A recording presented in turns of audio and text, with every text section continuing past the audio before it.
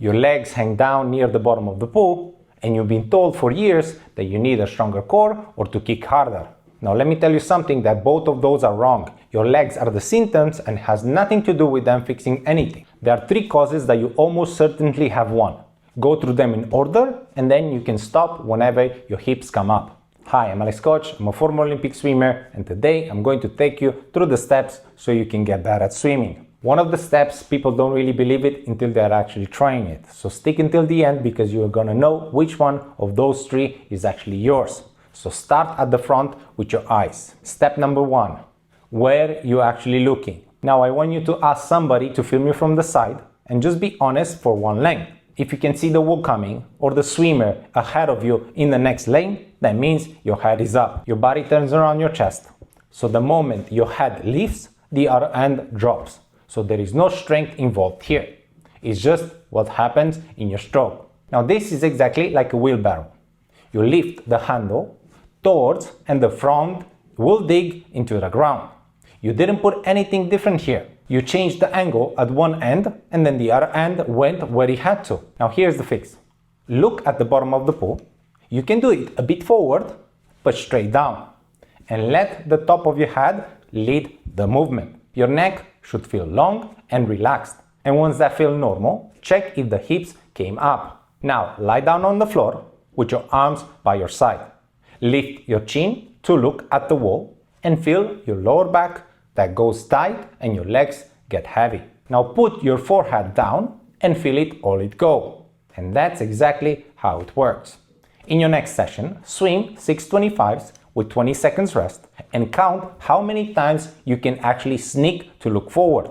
About 70% of the swimmers, they fix it right here and they don't even have to do the next steps, the 2 or the 3. But if you want a personal feedback on your stroke, join my Ocean Swim School, link in the description down below. But if your head is really down and your legs still hang, that's exactly what's happening in the second half where you actually breathe. Step 2, what you do with your air. Watch the breath, not the legs. Now if you're holding your air while your face is down, everything has to happen in one small movement whenever you actually turn to breathe. Blow it all out, get the new one in, and then face goes back down.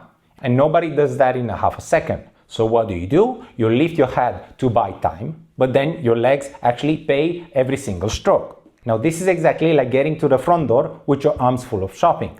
There is time to do one thing, right? So you can carry your bags inside your house. But there you are, standing and try to do 2 things because you have to open the door. Now this is exactly the same thing. Now here's the fix for that. Breathe out slowly without stopping the whole time your face is in the water. So whenever you actually turn, the only job is left is to actually breathe in. Once you can do that for a full length without running out of air, then you need to move on. And you can do this at home, in your shower or in your bath before you actually try it in the pool. Take a normal breath, hum it out for a slow count of 6, not a blast, a slow, steady lick. Then in the water, do 4 feet, 20 seconds rest, humming out the whole time your face is down and turning to breathe without lifting your head. Now people who fix this stop sinking in about 2 to 3 sessions, and you will know this because your breath actually stops feeling like it's an emergency. And if you want to go even more deeper, everything in the description down below. Now if you've done both of those and your legs are still sinking low, the last one is in your hands. And this is the one that nobody actually goes to look for. Step 3, what your hand does whenever it lands. Now, I want you to watch the first moment whenever your hand goes in the water. If it presses straight down towards the bottom of the pool, before it actually starts pulling back, you're basically pushing yourself upwards at the front. And anything that lifts your chest has to drop your legs because you can only get one or the other. I went through the whole body position picture in a glide video, and please check it out on my channel. But this is the bit that actually people miss because it happens under your shoulders where you cannot even see it. Now think of this like every press down is like tapping the brake. You slow yourself down first, then you lift your chest up, and then you spend the next stroke getting it over it. Now here's the simple fix.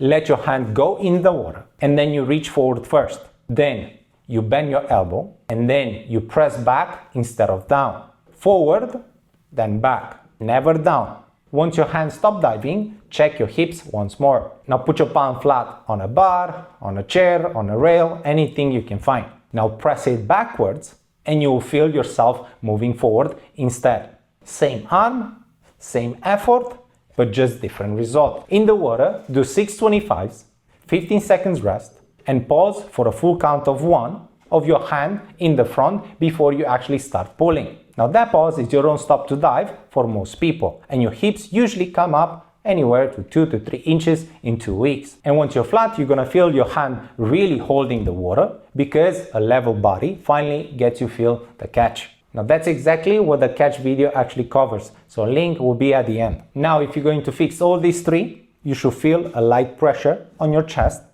and at the front of your shoulder, like you're basically trying to lean very slightly down. And your legs should also feel like really light, and they should feel like you're following you instead of being carried behind. Now if you feel like you're doing a lot of work on your lower back or your legs that are still being dragged behind you, then basically your front end is still high and you need to fix it again. Now the strange part with this fix is it doesn't really feel like you're actually swimming better. It just feels like you're doing less. Now you're going to do the same arms, same kick, and most probably the pull kind of gets shorter because now things are easier. So basically that's the truth. So sinking legs is basically an angle problem dressed up as a fitness problem.